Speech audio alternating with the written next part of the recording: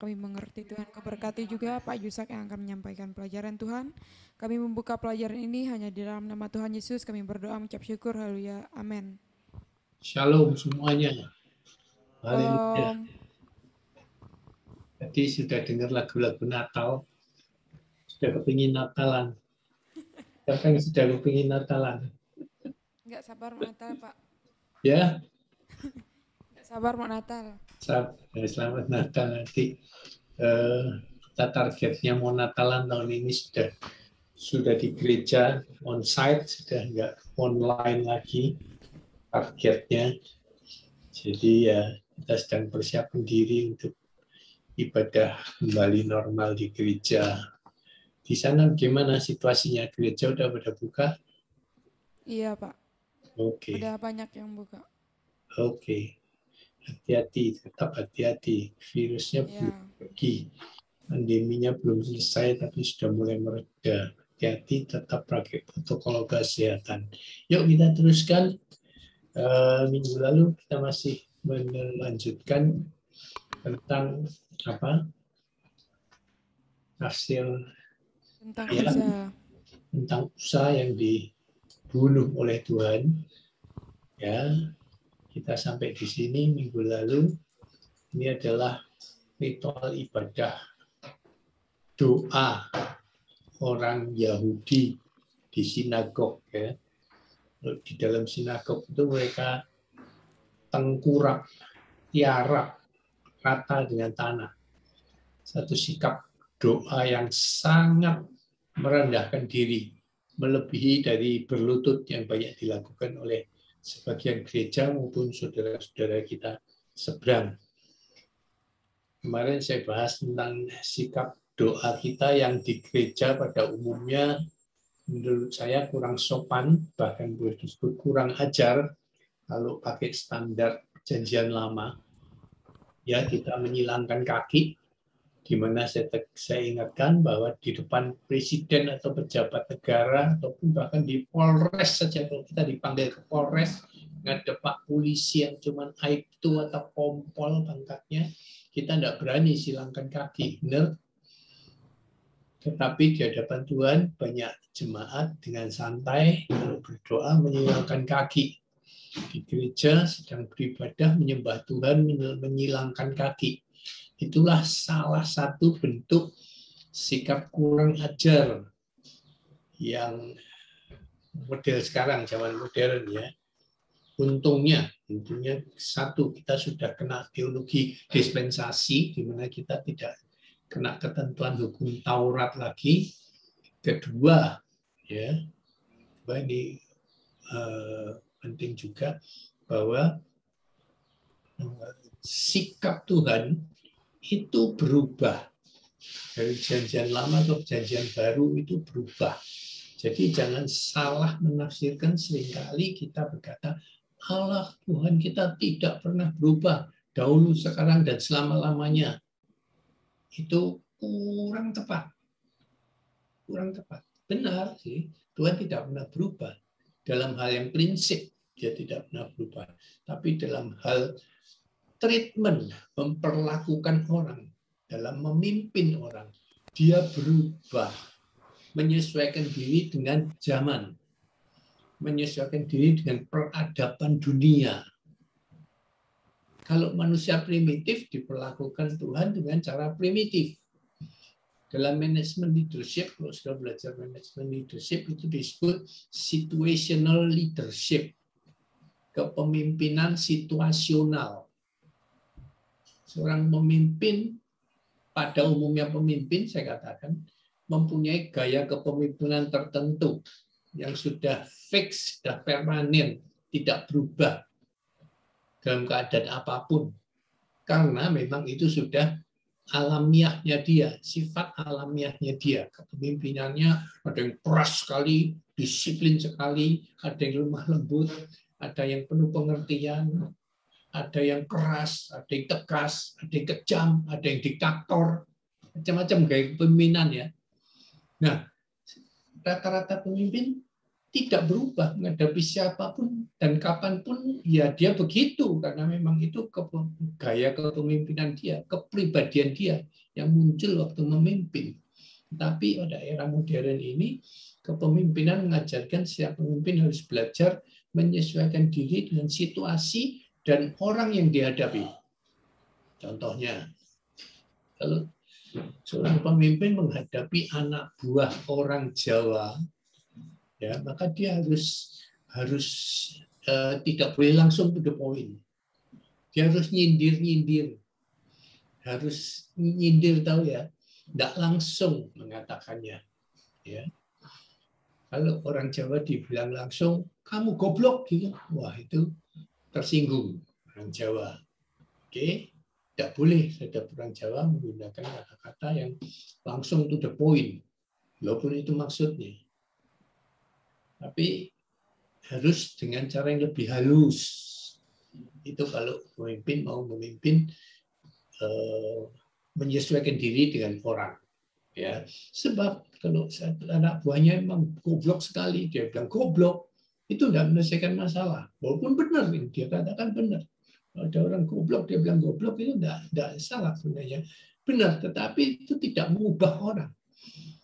Membuat orang tersebut menjadi paling tidak terluka hatinya, atau dia kemudian menjadi rendah diri. Wah ya, aku ini goblok benar ya, bodoh sekali ya. Dia tidak bisa berkembang.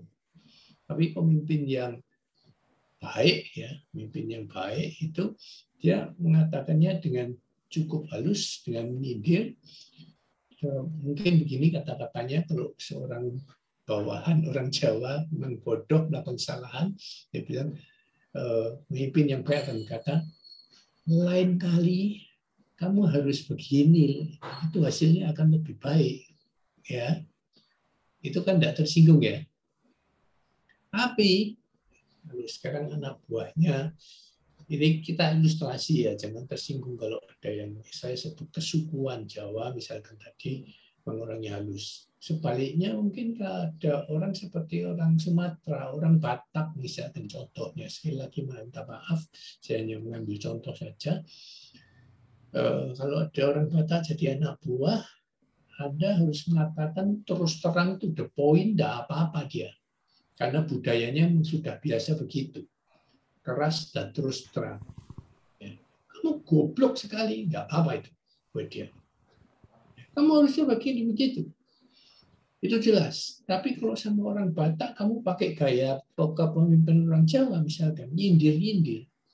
Nyindir-nyindir. Lain kali jangan begitu, lantas lebih baik cara begini. Nggak jelas, dia nggak nangkep maksudnya. Gitu ya. Jadi beda orang, beda temperamen, itu kita harus memakai berbeda leadership. Begitu juga dengan Allah. Ini sebenarnya Alkitabiah. Allah itu selalu menyesuaikan diri dengan siapa yang dia hadapi dan pada zaman apa. Ya. Orang perjanjian lama masih primitif peradabannya. Kedua, Taurat baru saja diturunkan. Mereka masih belum ngerti. Taurat belum ngerti.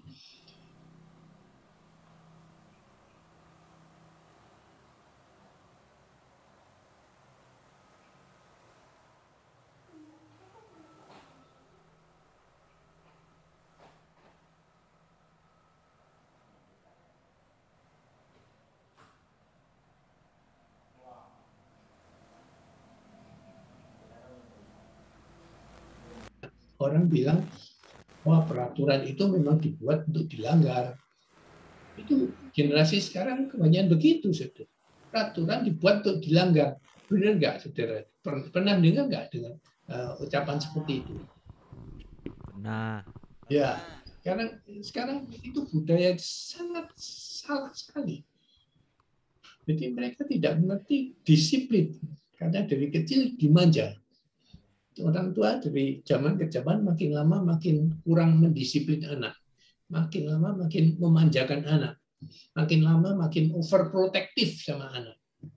Overprotective ya, melindungi, terlalu melindungi. Ya. Misalkan main, jangan jauh-jauh ya nak. Main di dibawa ke pantai jauh-jauh untuk rekreasi, jangan dekat ombak ya.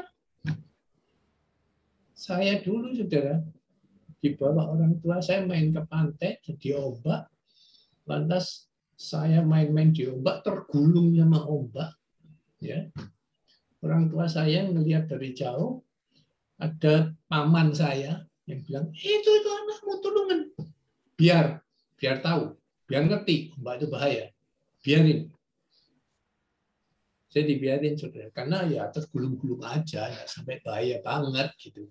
Nggak perlu ditolong yang seperti itu. Jadi saudara, itu cara mendidik yang modern. Ini kalau di konteks kasus studi kita, ini cara jajan baru. Biarin, kalau udah belajar. Ya, tapi kalau janjian lama, kerasin benar-benar. Tempeleng gitu istilahnya. Zaman dulu kan orang tua menempeleng, saudara. Memukul pakai tongkat. Sekarang kan enggak. Enggak boleh. Itu bahkan kena KDRT. Bisa pidana. Nggak heran generasi milenial tidak tahu disiplin, tidak tahu aturan. Kalau mengkritik, dulu mahasiswa mengkritik demo, tajam, bagus, saudara. Tapi sekarang ngawur. Sekarang kalau mahasiswa mengkritik presiden itu bahasanya menghina, bukan mengkritik sama sekali. Kalau demo itu bahasanya adalah memberontak, menjatuhkan presiden. Ya, itu bedanya, beda sekali. Jadi Allah, kalau menafsirkan ayat janjian lama, kita harus ingat Allah cara memperlakukan manusia pada zaman itu berbeda dengan Allah zaman sekarang. Janjian baru memperlakukan kita. Kita sekarang sudah dianggap sudah dewasa. Jadi tidak perlu harus dipukul, dikampleng gitu ya. Di janjian lama kan bayar perpuluhanmu harus tepat 10%, 1/10. Kalau enggak, aku kirim belalang pelahap, menghabiskan dompetmu akan kosong. Dompet bolong istilahnya. Kalau sekarang enggak, saudara, perpuluhan masih berlaku enggak di saat ini janjian baru? Persembahan persepuluhan. Ayo, ada yang mau? Saya tanya sama Anda, apa dapat Anda? Persepuluhan, persembahan persepuluhan. Banyak perdebatan. Mana yang betul? Sudah masih berlaku atau enggak? Silakan. Mana masih. AKP ya? Masih. Kali, Pak. Iya, Pak. Masih kurang, masih dalam hal apa? Apakah persis sama seperti janjian lama berlaku masih? Masih. Ya, masih, Pak. Masih. Ini yang masalah. Ini banyak gereja karismatik, GPI itu bilang perpuluhan mutlak harus dibayar, kalau tidak engkau mencuri uang Tuhan. Tidak ada ayatnya, saudara. Itu omong kosong semua. Itu hanya supaya kantongnya, dompetnya, pendetanya tebal. Jangan mudah tertipu yang seperti itu. Allah, memang perpuluhan masih berlaku, tetapi bedanya apa? Kalau dulu perpuluhan itu tidak bayar memang dosa. Marah-marah. Tapi sekarang Anda diberi tanggung jawab. Tuhan ingin kau memberikan persepuluhan. Kalau engkau tidak berikan, tidak dosa. Tidak dosa. Kena hukum janjian baru, tabur tuai. Kena hukum tabur tuai kalau tidak beri perpuluhan. Cuman itu. Jadi orang janjian baru gimana sikapnya terhadap persepuluhan saat ini yang terbaik? Memberikan lebih dari 10%. 20%, 30%, sampai 90%, sampai 100%. Boleh. Itu caranya. Bukan harus per-10 seperti janjian lama. Terus dikit orang kaya yang punya triliunan cuma dipotong 1 miliar, tidak ada artinya sama sekali. Dia bisa memberikan 1 triliun. Kenapa mesti dibatasi? Ya, diberi tanggung jawab. Dia sebagai orang dewasa harus memutuskannya sekarang ini. Oke, Jadi seperti itu. Lantas kalau uang mencuri Tuhan itu begini ceritanya. 1/10 itu milik siapa? Jawab coba. Tuhan. Lain-lain. Uang 1/10 milik Tuhan ya. Oke, itu jawab berikutnya pertanyaannya. Yang 90% punya siapa? Punya kita. Nah, ini dia. Ini kelirunya perjanjian lama. Yang 90% ya punya Tuhan. Semua punya Tuhan. Semua punya Tuhan. Jadi dalam konteks mencuri uang Tuhan, Ya, betul. ini konteksnya. Kalau engkau pakai uang Tuhan, itu harus permisi Tuhan. Karena dia yang punya. Semuanya dia yang punya. Kaitannya hanya dititipin. Ya, itu status itu kita harus ngerti, dititipin. Lalu ada perintah zaman dulu yang kuno berikan sisihkan 10 untuk hamba Tuhan, untuk pendeta, untuk gereja. Nah, kita sekarang gimana caranya? Hanya Tuhan. Tuhan engkau mau berapa aku berikan. Tanya berapa itu bukan supaya turun dari 10%, tapi lebihnya dari 10%. Aku mau memberi lebih dari 10%. Tuhan mau berapa aku berikan? 30%, kasih 30%. Tuhan bilang 50%, kasih 50%. Itu cara perjanjian baru, saudara. Karena semua punya Tuhan, jadi kita itu harus permisi sama Tuhan setiap kali. Ya, dompet kita itu dompet dari Tuhan. Kita terima. Setiap kali kita mau keluarkan uang dari dompet kita harus tanya yang sama yang punya uang kan. Kalau saya titipkan dompet saya pada Anda atau ATM saya pada Anda boleh gunakan. Tapi setiap kali Anda gunakan kan harus permisi kan sama saya. Benar nggak? Kalau saya pinjemin. Benar. Ya. Bisa begitu. Sorry. Kalau saya pinjemin ATM saya, boleh menggunakannya. Tapi ya sopan santunnya kita tanya, Tuhan, aku mau beli TV baru, Tuhan. Boleh nggak? Harganya 5 juta. Tanya Tuhan. Semua tanya Tuhan. Karena itu semua uang Tuhan. Perjanjian lama itu tadi pola pikirnya. 10% punya Tuhan. Nggak boleh tahu-tatik. Kalau tahu-tatik, aku mencuri uang Tuhan. Tapi 90% boleh semau aku. Nggak salah itu. Itu tidak dewasa. Itu dewasa. Tapi memang pada waktu itu begitu cara Tuhan memperlakukan kita. Ya, jadi kalau konteks janjian lama harus berpikir seperti itu. Nah, dalam janjian lama salah satu yang Tuhan mau tekankan supaya kita ngerti betul dari zaman dulu umat Israel sampai sekarang dia ingin dalam hal kekudusan Allah tidak mau main-main, tidak ada kompromi. Jadi ini berlaku sampai kita sekarang, dia tidak mau kompromi. Hanya bedanya kalau dulu kita melanggar tadi tempeleng, berat, dihajar, akan dibunuh. Ya, supaya jelas. Nah, waktu itu kalau udah pakai bahasa keras, bahasa Batak istilahnya, nggak ngerti.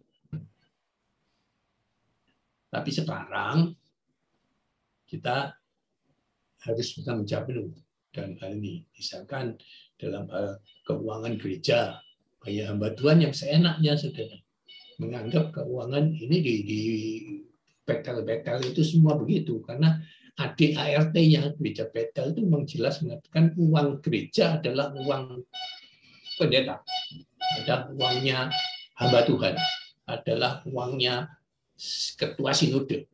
Sama itu, kantong gereja sama kantong pribadi tidak dibedakan. Secara ADART memang tidak melanggar pendeta tersebut, tapi secara kekudusan Tuhan itu melanggar. Ya.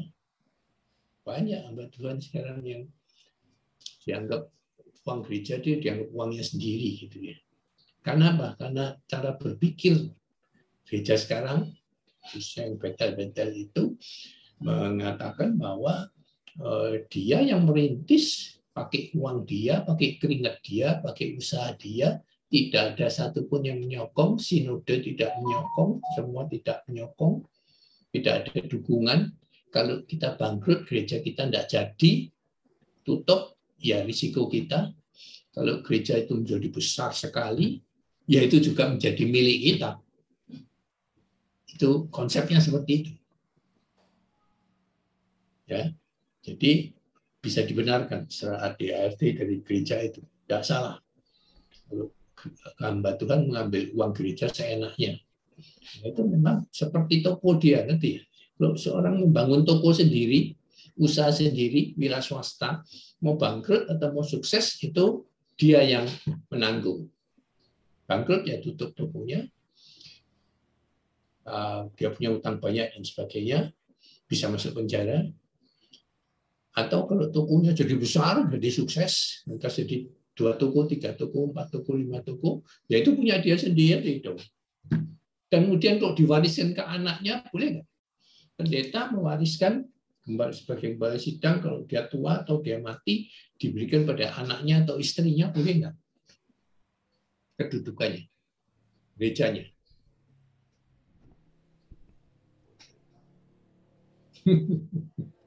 Sekarang nggak ingat tren. Umumnya anaknya, gereja gede-gede yang mega church itu, umumnya diwariskan ke anaknya. Boleh nggak itu? Baik nggak? Boleh kali, Pak. Boleh. Ya. Boleh dan baik. Nggak. Boleh tapi nggak baik. Ya, boleh tapi tidak baik. Boleh dalam arti itu tadi, itu memang punyanya dia merintis dari awal seperti tokonya dia, masa dikasih orang lain.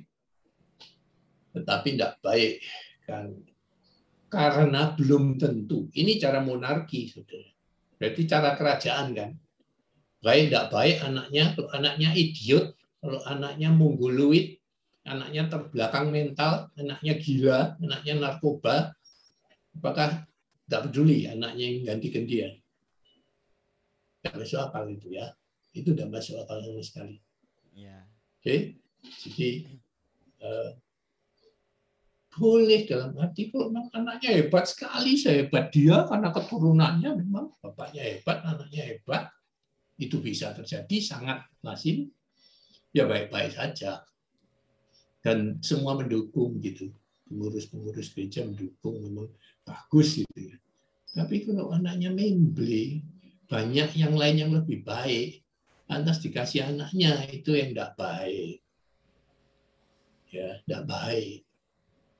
Istilahnya kalau main politik itu tidak cantik mainnya. Oke? Ya. Jadi begitu, saudara. Kita harus ngerti. Nah, Daud sebagai raja dan Usa tidak tahu betul batasnya sebagai orang awam pada waktu itu. Daud itu orang awam, saudara. Bukan hamba Tuhan. Bukan orang Lewi. Tetapi satu dia raja. Ini selalu jadi masalah. Sejak Israel menjadi kerajaan, maka raja merasa posisinya di atas nabi, di atas orang Lewi, di atas hamba Tuhan, di atas hakim, ya kan? Ya wajar kan? Ya. Wajar begitu. Ya. Inilah yang salah. Ini salahnya monarki. Ini kenapa Tuhan tidak setuju sejak dari awal Israel menjadi monarki. Karena seharusnya teokratis. Rajanya itu ya Tuhan. Rajanya Tuhan ya mau hakim, mau hamba Tuhan, mau nabi, mau rasul, mau apapun ya di bawah dia. Tapi kalau raja di atas nabi dan di atas imam, ini mulai jadi kekacauannya. Di sini mulai kacau. Jadi dalam kasus Usa, Tuhan tidak main-main. Kamu kan ini orang awam, Usa maupun Daud. Seberapapun dudukan, raja pun orang awam, bukan imam yang harus membawa tabut janjian. Dan bahwa dia tidak punya hak rohani seperti halnya Lewi. Ini yang Tuhan mau ajarkan. Ada kasus Usa ini. Jadi kita mulai mengerti apa Tuhan bertindak begitu drastis dan begitu tajam. Tidak nempeleng, tidak pukul lagi. Langsung dihukum mati. Untungnya ini Daud ini selalu punya kelebihan di sini. Walaupun awalnya Daud marah atas kejadian itu. Disebut di ayat tadi Daud marah kan ya, Usa dibunuh Tuhan, Daud marah. Wah, salah sekali. Tapi dia sadar. Tidak pantas dia marah sama Tuhan. Tuhan pasti punya alasan. Lalu dia mulai mikir, dan dia buka mungkin peraturan Taurat, dia buka lagi. Akhirnya dia sadar akan salahnya dan tanggung jawabnya atas peristiwa itu. Daud yang tanggung jawab ya saudara, berusaha sampai mati. Kemudian dia mengulang lagi peralihan tabut tadi dengan cara yang benar.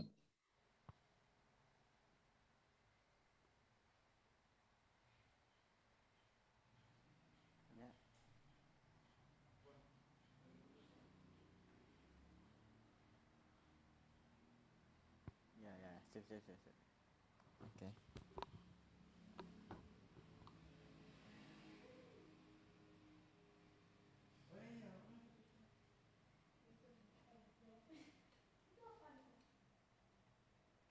Dalam dosa, masalah jatuh dalam dosa boleh dikatakan tidak terhindarkan oleh siapapun juga. Karena setiap saat godaan ada di sekitar hidup kita. Dan karena memang dunia ini sampai saat ini masih Tuhan izinkan dikuasai, sekali lagi dikuasai oleh iblis, bukan dikuasai, diberikan kuasanya oleh Tuhan kepada iblis. Apa tujuannya? Bumi ini di bawah perintah dan kuasa iblis sampai kedatangan Tuhan Yesus yang kedua. Apa alasannya, Bu Saudara? Aneh nih. Tuhan izinkan iblis menguasai dunia ini. Dia mau membuat bencana, musibah, penyakit, semua corona ini semua dari Tuhan. Bencana alam bukan dari iblis, dari iblis semuanya. Dia terus mengganggu manusia dengan cara seperti itu. Dia selalu menghancurkan ciptaan Tuhan. Kenapa? Ada yang bisa jawab? Kenapa Tuhan mengizinkan dunia ini dikuasai iblis? Apa? Coba. Anis? Ada? Anis? Kalau saya Pak, menurut saya karena Tuhan ingin menguji sampai di mana kesetiaan kita sama Tuhan. Amin. Betul sekali. Jadi kita itu beberapa kepercayaan agama kurang lebih doktrinnya sama. Setiap manusia itu selalu ditarik ke kiri dan ke kanan. Ditarik ke kiri oleh godaan iblis yang selalu menggoda kita dengan daya tariknya supaya kita jatuh dalam dosa. Yang sebelah kanan adalah firman Tuhan.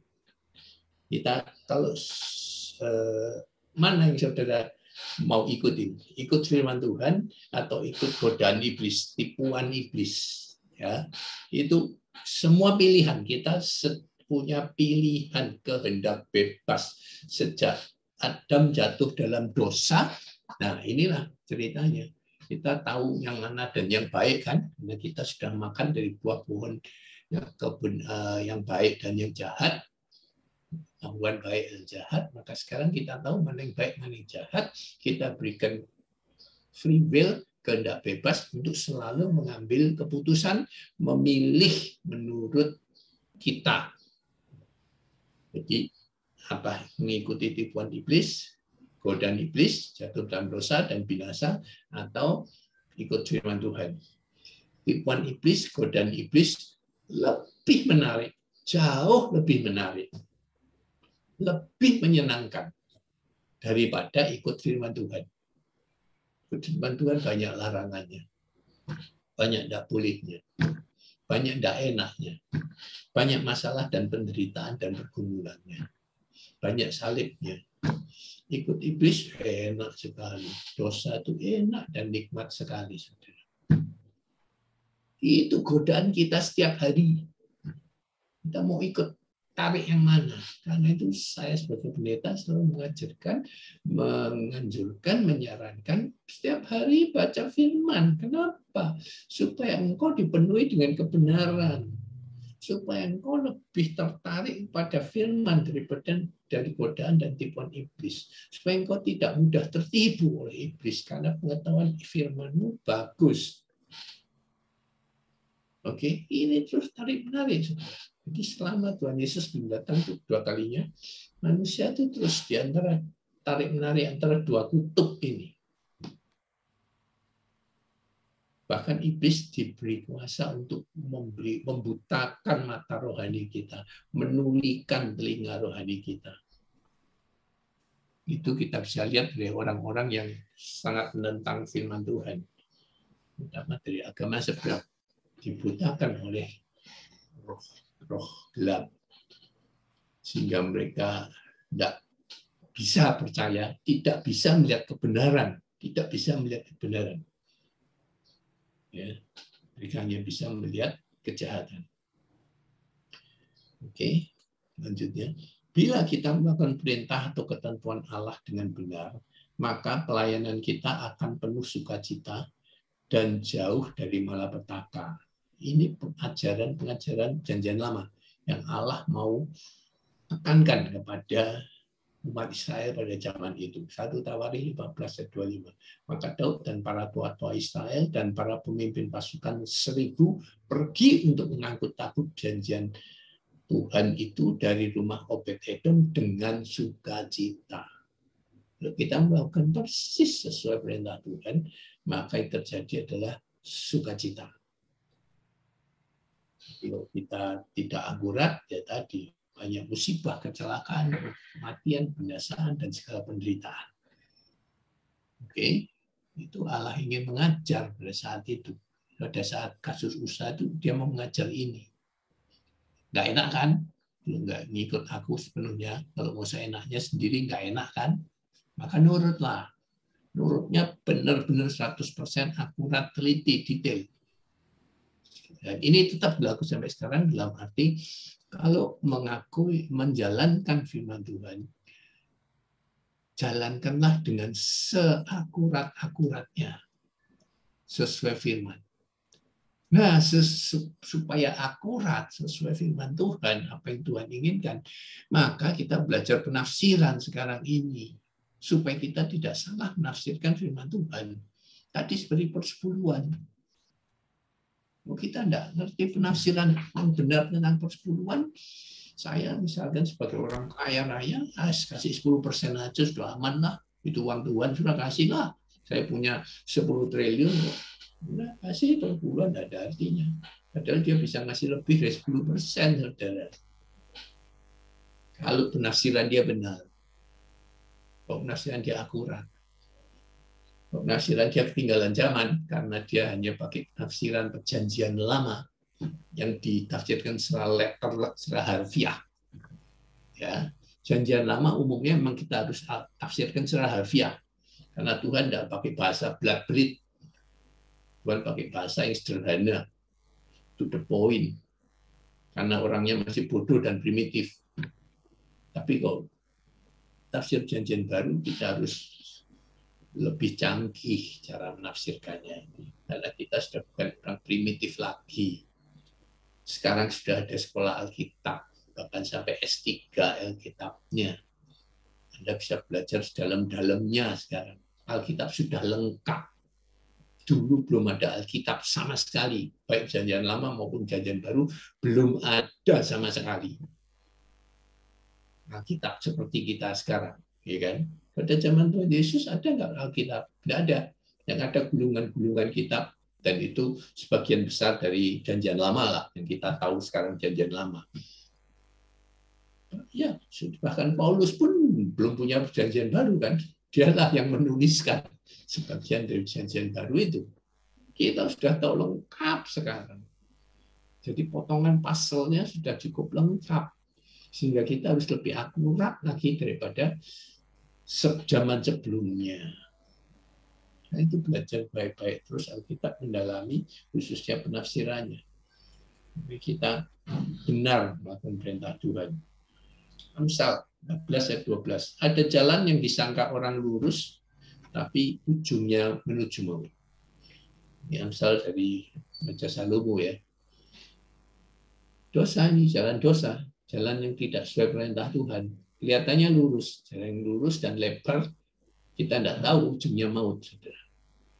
Kita sering beranggapan bahwa kita telah melakukan perintah Tuhan dengan baik. Ya, sampai sekarang ini banyak hamba Tuhan yang tulus, ya, hamba Tuhan tulus. Dia sepertinya melakukan perintah Tuhan dengan baik, tetapi sesungguhnya tidak tepat sesuai instruksinya. Ini model hamba Tuhan sekarang banyak itu. Tulus. Tapi tidak pernah sekolah Alkitab, saudara. Tidak pernah belajar. Tidak pernah belajar Alkitab, tidak pernah meneliti dengan benar. Hanya dengar-dengar saja. Dengar di copy paste, terus copy paste, copy paste, copy paste. Sekarang zaman copy paste. Ada orang belajar sungguh-sungguh meneliti sendiri, tapi copy paste dari orang lain. Ditelan bulat-bulat begitu saja. Tulus maksudnya mau melayani Tuhan dengan sungguh-sungguh. Makanya tidak tulus. Kalau tidak tulus, saya tidak bicarakan. Hanya hamba Tuhan yang memang mulai tidak tulus, mulai punya motivasi. Motivasi itu harta tahta wanita, saudara. Tiga godaan itu sangat sekarang menyengat hamba Tuhan zaman sekarang. Tapi kalau yang tulus tapi tidak mau belajar, karena tahun 80-an, 90-an saya ngalami zaman karismatik awal yang masih bodoh. Bodoh. Ini aliran baru. Yang barunya masih bodoh. Hanya percaya Roh Kudus saja. Pokoknya hanya pegang Roh Kudus. Waktu itu tidak boleh sekolah Alkitab. Tidak boleh. Saya melayani di Full Gospel Businessman waktu itu belum sekolah Alkitab sama sekali, sudah khotbah di mana-mana. Katanya, rasanya diurapi Roh Kudus. Saya ngalami, saudara. Memang sekali-sekali diurapi Roh Kudus, sekali-sekali benar. Tapi sekali-sekali juga, sering juga tidak diurapi Roh Kudus dan bicara ngomong kita menurut kita sendiri. Apa yang menurut kita benar pada saat itu. Tidak sekolah Alkitab, tidak punya dasar teologi sama sekali. Hanya logika manusia biasa. Bahaya sekali, saudara. Bahaya sekali. Karena itu pada tahun berapa ya? 1997.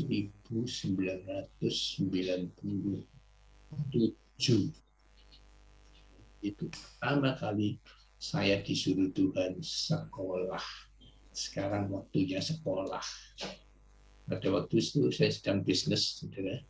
Businessman sambil melayani Tuhan.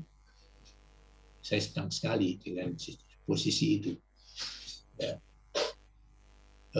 Berbisnis sambil melayani Tuhan. Lalu Tuhan mulai persiapkan saya full time meninggalkan bisnis, maka dia perintahkan saya untuk sekolah Alkitab. Di situ mulai doktrin yang karismatik yang mengatakan jangan sekolah Alkitab, gugur.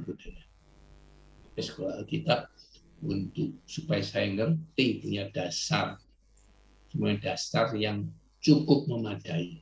Sekolah saja sebenarnya tidak cukup, saudara. Sekarang sekolah ini berapa tahun sudah sekolah, 1-2 tahun tidak ada artinya apa-apa.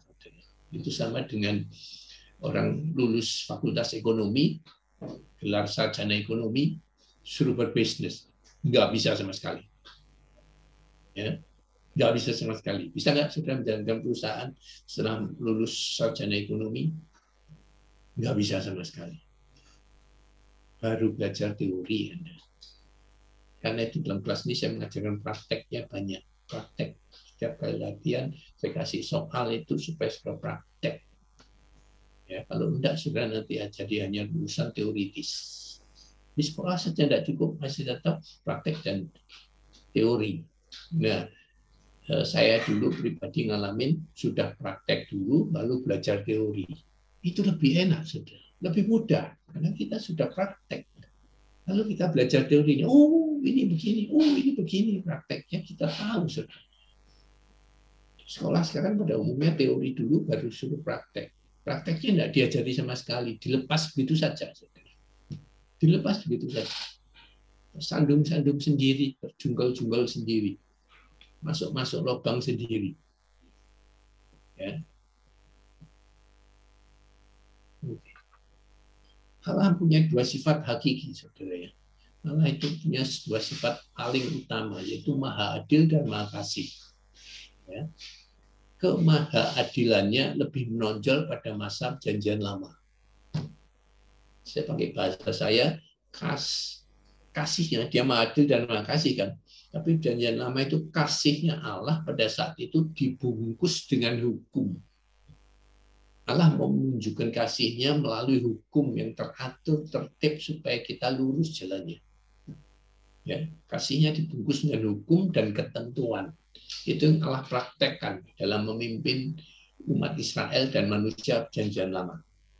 Tetapi dia sudah merancang penebusan dosa oleh Yesus Kristus sejak di Taman Eden, saudara. Karena perjanjian lama belum mengalami karya salibnya Yesus. Sebab Yesusnya belum lahir, baru dijanjikan, baru dirancang. Ini adalah kasih yang masih belum terrealisasi. Maha kasihnya kan ada di karya salib Yesus ya saudara, maha kasih Allah. Kalau Allah tidak maha kasih sama manusia, dia tidak akan mengorbankan anaknya yang tunggal Tuhan Yesus Kristus.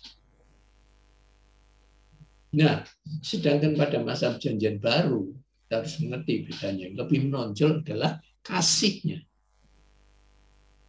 Yaitu, saya pakai bahasa saya, hukum Taurat itu dibungkus dengan kasih. Ya, jadi kalau Yesus mengajar tentang hal-hal yang ditulis dari perjanjian lama, itu bungkusnya kasih, saudara.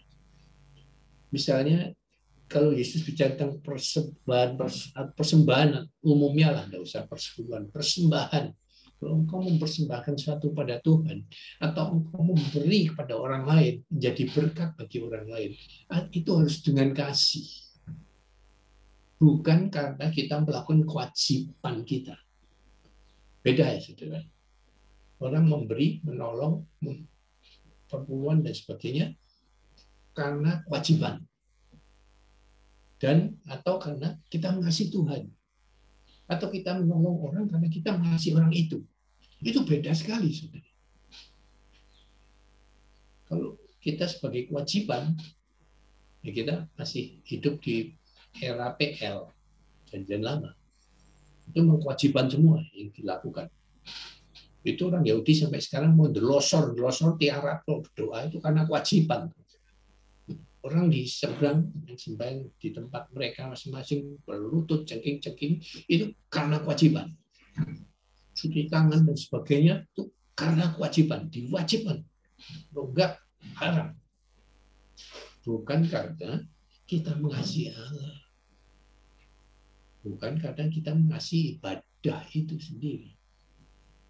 Ya, jadi yang kita manusia perjanjian baru harus menonjol kasihnya. Dasarnya adalah semua kasih. Hukum kasih karunia, karena yang sedang berlaku saat ini hukum kasih karunia. Tuhan memberlakukan kita hukum kasih karunia, kita harus juga memberlakukan hukum kasih karunia pada orang lain.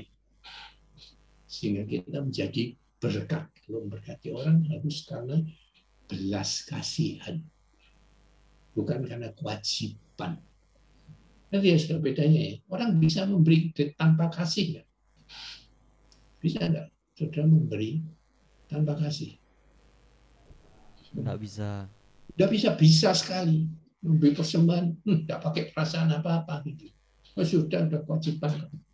Udah biasa, udah tahu, sudah rutin memberikan kasih, memberikan persembahan. Itu tanpa kasih bisa, saudara. Bisa. Banyak sekali orang yang seperti itu. Charity itu, saudara, lembaga charity, lembaga kemanusiaan yang suka nyumbang-nyumbang, itu tanpa perasaan sama sekali, saudara. CSR sekarang namanya, Corporate Social Responsibility, ya, itu perusahaan sekarang diwajibkan oleh pemerintah yang besar-besar untuk menyisihkan dana keuntungannya 3% untuk masyarakat di sekeliling perusahaan tersebut. Sisihkan aja, dikasih sudah. Tanpa perasaan apa-apa sudah. Bisa sekali. Itu bukan itu yang diinginkan Tuhan. Kalau sudah memberi itu dengan kasih karena saudara sungguh-sungguh mengasihi Tuhan dan sesama. Kan hukumnya Tuhan Yesus, hukum kasih itu kan dua.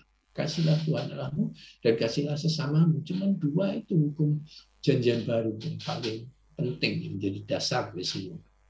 Hukum kasih. Semua kita lakukan karena kasih, bukan karena kewajiban. Sekali lagi, karena Kristus sudah menggenapkan semua aturan Taurat melalui karya salibnya. Jadi semua aturan jelimet itu Tuhan sudah genapkan, dia sudah lakukan semua. Contohnya misalkan Yesus disunat atau enggak? Sunat. Disunat. Jadi soal sunat Tuhan sudah lakukan buat kita. Jadi kita tidak perlu lagi melakukannya. Kalau sudah mau melakukan, gimana? Boleh nggak? Boleh. Boleh. Ya, jadi bedakan. Teologi dispensasi itu bedanya begini. Kalau dulu Anda tidak lakukan itu dosa. Lawan firman Tuhan, lawan Taurat. Sekarang kita lakukan itu bukan sebagai kewajiban, tapi pilihan kita. Ya. Satu lagi, saudara. Di gereja harus ada salib nggak? Semua gereja kan ada salib ya. Enggak juga, enggak semua ada. Ya. Jadi yang nggak ada gimana? Tidak mengakui salib apa gimana? Gimana? Ya, Gereja tidak ada salibnya. Gereja saya tidak pakai salib. Boleh, Pak. Boleh. Saya Natal tidak pernah pesan pohon Natal. Boleh nggak? Boleh. Itu semua tradisi. Tidak ada artinya dalam arti dosa atau apa gitu ya. Mau melakukan boleh-boleh saja, baik-baik saja. Ya. Tapi saya bahkan terganggu, tidak senang kalau melihat banyak preman-preman, ya dosa preman, bintang film Hollywood yang jelas sekali kacau sekali hidupnya, pakai kalung salib. Saya terganggu sekali itu. Benar nggak? Ya. Kalung salib. Ya. Itu sama dengan sekarang lagi ngetren kalau pejabat yang nggak agama, nggak religius sekali, lalu gitu karena KPK langsung pakai jilbab, ya kan? Udah nggak? Benar. Benar. Supaya kelihatan suci. Sudah ketangkep KPK nyolong uang rakyat dibungkus. Itulah puncak kemunafikan manusia zaman sekarang. Jadi kalau pakai salib, pasang salib di gereja, sungguh-sungguh, jangan munafik gitu. Jangan supaya dianggap gereja Anda Alkitabiah dan sebagainya. Anda tidak pernah belajar Alkitab. Lebih baik Anda pakai salib-saliban. Ya ada garusan. Sekarang ini janjian baru boleh saya sederhana katakan apa saja boleh. Istilahnya begitu. Apa saja boleh. Paulus yang mengatakan segala sesuatu diperbolehkan dan segala sesuatu adalah baik. Karena ini dia ingin menegaskan doktrin janjian barunya dengan doktrin janjian lama. Janjian lama seakan-akan apa-apa nggak boleh. Dan semua banyak haramnya. Banyak haramnya. Sekarang ada yang haram nggak sekarang? Zaman sekarang. Kita punya doktrin haram, halal enggak? Semua halal. Ya, tidak ada doktrin haram lagi ya, semua halal.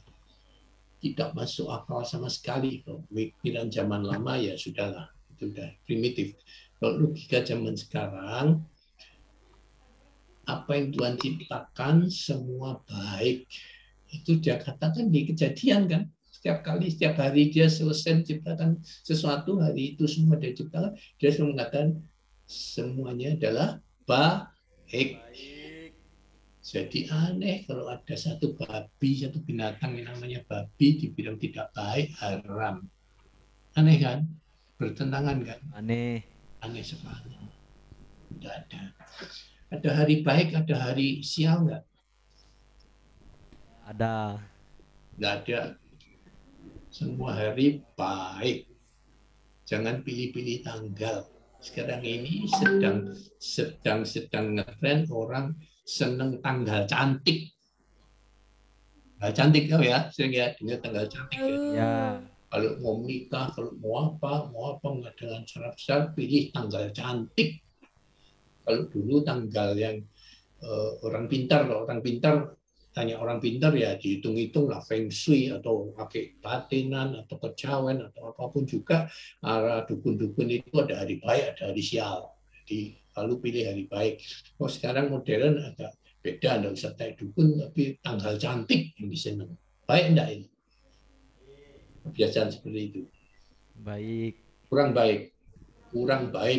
Nah sekali lagi tidak ada hari baik, hari buruk, tanggal cantik, tanggal tidak cantik, semua tanggal cantik, semua hari baik.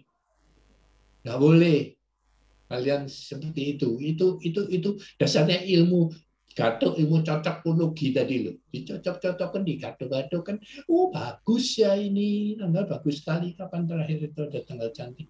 Tanggal berapa itu? Oh, sudah sering. Apa? Tidak ada bedanya sama sekali. Setiap hari. Tidak ada bedanya. Itu hanya alam pikiran manusia yang membuat-buat. Wah ini cantik, ini bagus ya. Waduh. Nah, teman saya loh, anak pendeta itu bangga sekali. Anak saya lahir luar biasa loh cantiknya tanggalnya.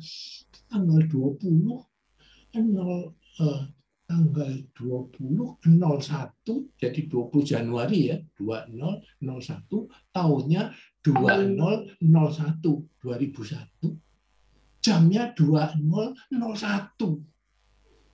Ya kebetulan sih, tapi tidak ada hubungan apa-apa. Apakah itu tanggal hoki, tanggal keberuntungan, hari cantik, tanggal cantik. Tidak ada sama sekali. Biasa saja, tidak ada yang perlu dibanggakan seperti itu. Senangnya kayak begitu. Itu tanggal, jam semua menciptakan siapa sih? Jam, tanggal, kalender. Yang menciptakan siapa? Menciptakan manusia yang menciptakan. Tuhan ciptakan waktu saja, kemudian manusia menciptakan kronologisnya. Dibuat kalender pertama kali pada zaman apa itu? Sebelum Masehi mulai dibuat kalender supaya ada penandanya yang jelas. Kalau dulu tanpa kalender orang bilang, oh saya lahir waktu gunung api meletus, kan kalau begitu ya. Nggak ada kalender, nggak tahu persis, nggak tahu tepatnya. Sekarang kita tahu tepatnya. Tanggal berapa itu berarti kita sudah umur 17 tahun, 8 bulan, 3 hari, 12 jam, 5 detik misalnya. Kita tahu persis. Karena itu ciptaan manusia, saudara. Di Taman Eden ya tidak ada kalender, tidak ada jam, tidak ada apa-apa, saudara. Sampai abad pertengahan tidak ada itu semua. Itu manusia yang ciptakan. Angka juga manusia yang ciptakan. Kemudian di otak-atik. Ya, ada banyak budaya bangsa lain sekarang ini yang internasional ya 1-10. Ada yang desimalnya tidak 10, ada yang 1-8, 1-12, ada macam-macam, saudara. Jadi kalau tanggal cantik di satu versi, belum tentu tanggal cantik di versi yang lain. Aduh, bukan apa-apa, saudara. 20 Januari tadi tahun 2001, tanggalan Cina, tanggalan Arab, tanggalan apa yang lain, bukan lain sama sekali. Nggak sih, saudara ya. Jadi gugur semua itu. Yang aneh-aneh, yang dicocok-cocokkan menjadi kelihatannya baik. Yang tidak ada artinya sama sekali. Oke, kita lanjutkan minggu depan. Sekarang saya kasih pekerjaan rumah yang baru untuk bulan Oktober.